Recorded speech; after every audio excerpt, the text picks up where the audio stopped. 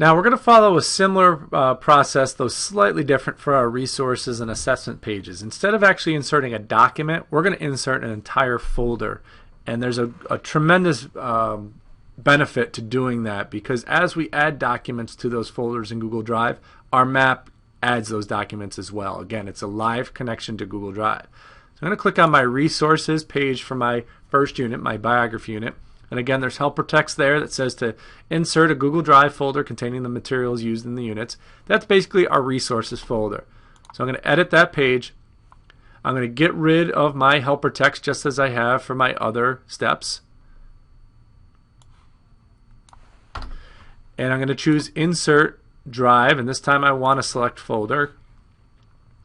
And I'm going to go to ELA 9, and I'm going to go into my biography unit, and you'll see here's my biography resources folder. That's what I want to have on this page. I don't want to double click. If I double click, it's going to make me pick just a single file, and I don't want that. I want the whole folder. So I'm going to single click on the resources folder to highlight it, choose Select. I can keep this as 600 pixels, that's okay. And I'm going to choose Save. Again, I don't see it until I save my page.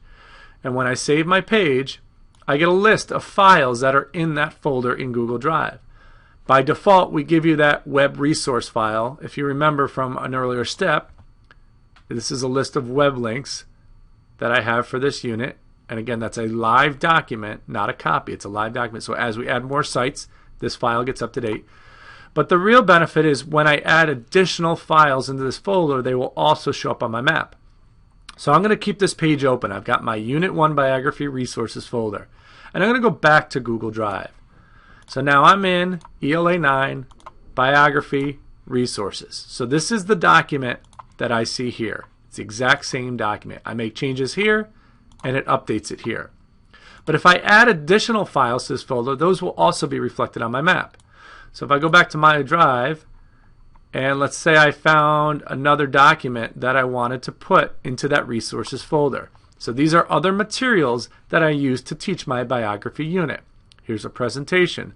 I'm going to drag it to my resources folder.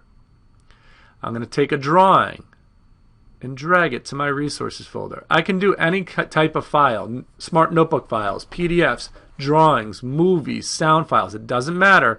Whatever goes in this folder will show up on my map. So if I click on my resources, you can see there are 3 documents now in Google Drive in my biography resources folder. Go back over to my map. On my map, I only see 1. However, when I click the refresh button, you'll see now I have all 3 documents. Without editing my map at all, I get access to all those documents that are in Google Drive. And I can click on them and view them right from here. So I could literally open this up every day that I teach and have all of my resources. You might also choose to break this folder up. You might want to have subfolders. So as long as I'm in the biography resources folder, I can create subfolders. And maybe it's by different teacher. So it would be Teacher Smith and a folder for Teacher Jones. So we might have different documents depending on who we are, and I can put those files into those folders.